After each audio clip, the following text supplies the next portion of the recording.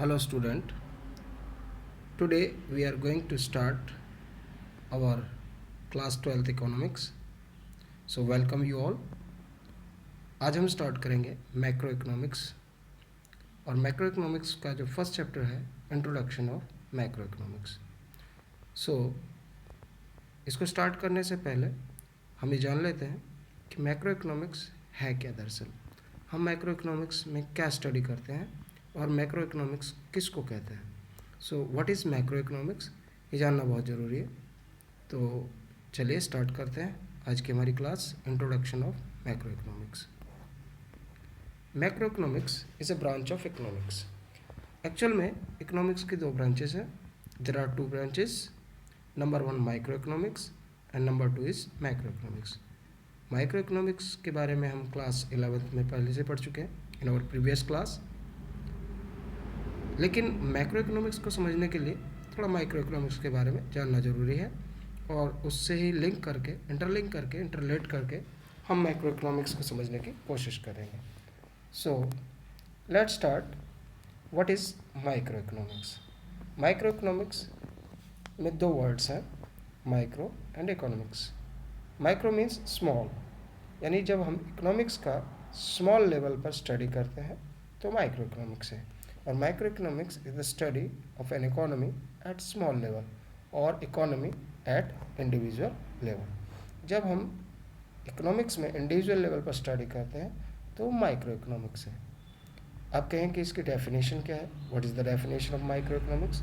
Micro economics is defined as the branch of economics which deals with the economics problem at individual level. यानी कि हम व्यक्तिगत तौर पर जब इकोनॉमिक्स प्रॉब्लम की स्टडी करते हैं तो वो माइक्रो इकोनॉमिक्स कहलाती है. For example individual demand, individual income.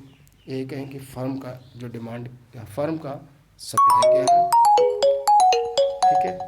या ये कहें कि एक कंज्यूमर की इनकम क्या है. तो जब हम इंडिविजुअल लेवल पर स्मॉल लेवल पर स्टडी करते हैं तो वो कहलाता है माइक्रो इकोनॉमिक्स. क्लियर. चलिए अब चलते हैं हम आगे. What is macro economics. अब मैक्रो इकोनॉमिक्स क्या है. माइक्रो हमें पता है, micro means study of economics eight small level. व्यक्तिगत तौर पर या इंडिविजुअल तौर पर जब हम स्टडी करते हैं इकोनॉमिक्स में इकोनॉमिक्स प्रॉब्लम की तो वो कहलाती है माइक्रो. माइक्रो इसका अपोजिट, यानी मैक्रो में भी दो वर्ड है, मैक्रो प्लस इकोनॉमिक्स. मैक्रो एक ग्रीक वर्ड मैक्रोस से लिया गया है जिसका मीनिंग होता है large. Means macro economics is study of an economy at large level और इकोनॉमी एज ए होल. यानी कि जब हम पूरी इकोनॉमी को एज ए होल जब हम स्टडी करते हैं तो वो कहलाती है मैक्रो इकोनॉमिक्स. क्लियर. यानी कि माइक्रो इंडिविजुअल लेवल पर और मैक्रो एक लार्ज लेवल पर और इकोनॉमी एज ए होल जब हम स्टडी करेंगे तो वो कहलाएगा macro economics. Now what is the definition of macro economics. Macro economics is defined as the branch of economics which deals with the economic problems of an economy as a whole. जैसे कि मैंने अभी आपको बताया, यानी पूरी economy की study करने वाली इकोनॉमिक्स की ब्रांच को मैक्रो इकोनॉमिक्स कहा जाता है. और it is defined as the branch of economics which studies the economic problems or issues at the level of economy as a whole. या ये कहें कि इकोनॉमिक प्रॉब्लम जो पूरी इकोनॉमी के हैं एज ए होल, उन सब के जो इकोनॉमिक्स प्रॉब्लम या इश्यूज़ को हम स्टडी करते हैं वो मैक्रो इकोनॉमिक्स कहलाता है. For example employment level means पूरे इकोनॉमी में एम्प्लॉयमेंट लेवल क्या है.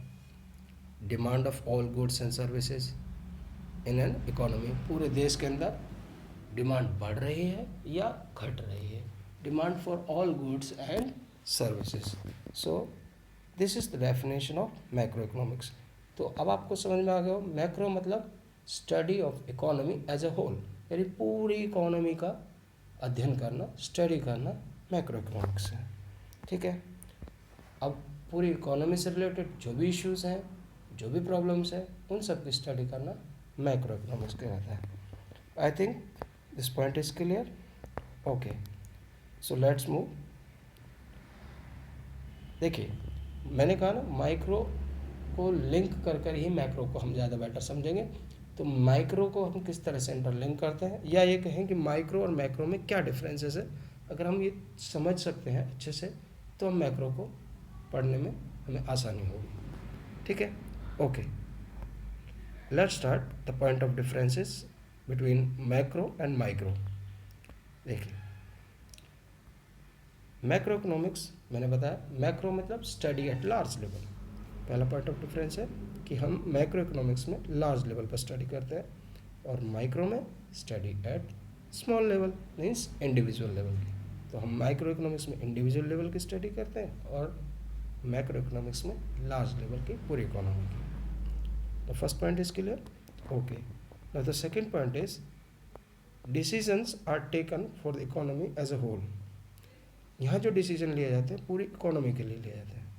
अब पूरी इकोनॉमी के लिए डिसीजन लिए जाएंगे तो कौन लेगा, दैट इज़ गवर्नमेंट इंस्टीट्यूशन, या तो गवर्नमेंट खुद लेगी, ministries, finance ministry, reserve bank, जो भी गवर्नमेंट इंस्टीट्यूशन होंगे वो डिसीजन मेकिंग करेंगे। माइक्रो की बात करें, क्योंकि ये इंडिविजुअल कंसर्न है इसलिए डिसीजंस भी किससे लिए जाएंगे, इंडिविजुअल से। Study the various, okay, decisions are taken at individual level by individual firm or individual units. I think second point is clear. Decision भी लार्ज लेवल पर होंगे मैक्रो इकोनॉमिक्स में। थर्ड पॉइंट देखें, study aggregate variables. Macro economics में हम पूरी economy के बारे में पढ़ते हैं इसलिए हमें सबका एग्रीगेट करना पड़ता है, means aggregate demand, aggregate supply, ये सब हम मैक्रो इकोनॉमिक्स में पढ़ेंगे। लेकिन अगर हम बात करें माइक्रो इकोनॉमिक्स की तो वहाँ हम स्मॉल वेरिएबल्स पढ़ते हैं, like consumers demand, producers supply, है ना। तो वहाँ हम एक यूनिट की वेरिएबल्स को पढ़ते हैं और यहाँ पूरी इकोनॉमी के एग्रीगेट वेरिएबल्स को पढ़ते हैं। I think this point is also clear. चलिए नेक्स्ट पॉइंट की ओर बढ़ते हैं। In macro economics we study about general equilibrium. Macro economics में हम बात करते हैं जर्नल इक्विलिब्रियम, यानी पूरी इकोनॉमी के अंदर ऑल मार्केट्स में इक्विलिब्रियम है या नहीं है, ठीक है। लेकिन माइक्रो की बात करें तो माइक्रो में हम स्टडी करते हैं पार्शियल इक्विलिब्रियम की। पार्शियल इक्विलिब्रियम मतलब एक फर्म का लिमिटेड लेवल पर इक्विलिब्रियम देखते हैं, जैसे एक फर्म इक्विलिब्रियम में है या नहीं है, एक मार्केट इक्विलिब्रियम है या नहीं। लेकिन अगर हम पूरी इकोनॉमी का इक्विलिब्रियम की बात करें तो वो जनरल इक्विलिब्रियम कहलाता है और वो मैक्रो इकोनॉमिक्स में आता है। I think this point is clear, okay. Let's move to the next point. Next point is जो सेंट्रल प्रॉब्लम्स हैं मैक्रो इकोनॉमिक्स में वो टोटल लेवल के होते हैं, क्योंकि हम पूरे होल इकोनॉमी की स्टडी कर रहे हैं इसलिए हम बात भी करेंगे सेंट्रल प्रॉब्लम भी कौन सी होगी, टोटल लेवल की। It means total level of output, total level of employment. लेकिन हमने 11th क्लास में पढ़ा, क्या पढ़ा था हमने, कि जो एलोकेशन ऑफ रिसोर्सेज की प्रॉब्लम होती है वो इंडिविजुअल प्रॉब्लम है। मीन्स एक इंडिविजुअल फर्म है वो ये देखती है कि अपने रिसोर्सेज को कहाँ एलोकेट करे। लेकिन जब इकोनॉमी की बात होती है तो पूरी इकोनॉमी में लेवल ऑफ आउटपुट कितना है, लेवल ऑफ एम्प्लॉयमेंट कितना है। तो ये बेसिक डिफरेंस है माइक्रो और मैक्रो में। आई think this point is also very clear. चलिए अगले पॉइंट की ओर बढ़ते हैं। देखिए क्योंकि माइक्रो में हम रिसोर्सेज को बेस्ट एलोकेट करते हैं जिससे हमें ज़्यादा से ज़्यादा प्रॉफिट हो, तो वहाँ मोटिव जो होता है, फोकस जो होता है माइक्रो में, दैट इज़ प्रॉफिट मैक्सिमाइजेशन। लेकिन यहाँ इकोनॉमी में हम पूरे एम्प्लॉयमेंट की बात करेंगे, आउटपुट की बात करेंगे, ठीक है। तो वहाँ जो मोटिव होगा वो डिफरेंट हो जाएगा। अब वहाँ फोकस होगा सोशल वेलफेयर पर, वहाँ फोकस सोशल वेलफेयर पर होगा क्योंकि गवर्नमेंट का कंट्रोल है। गवर्नमेंट क्या चाहेगी, पूरी इकोनॉमी में सबका भला हो, देश प्रोग्रेस करे, तो social welfare is the motive. So these are the basic points. तो अब ये तो पता चल गया मैक्रो क्या है। Macro means study of economics as a whole, पूरी इकोनॉमी की स्टडी करना। एक लाइन में कहें तो पूरी इकोनॉमी की स्टडी करना मैक्रो इकोनॉमिक्स है। अब एक्चुअल में पूरी इकोनॉमी में हम स्टडी क्या करेंगे, what is in macro economics. Macro economics में एक्चुअल में है क्या चीज़, क्या पढ़ेंगे हम। यानी कि ये भी कह सकते हैं कि जब हम मैक्रो इकोनॉमिक्स की हमारी पूरी बुक है तो इसमें हम क्या स्टडी करने जा रहे हैं पूरी बुक के अंदर। अब ये तो पता है हमें पूरी इकोनॉमी के बारे में, लेकिन इकोनॉमी में कौन सी चीज़ें हैं जो हम स्टडी करेंगे। ये कहीं कि what is the syllabus of macro economics. Okay, let's move.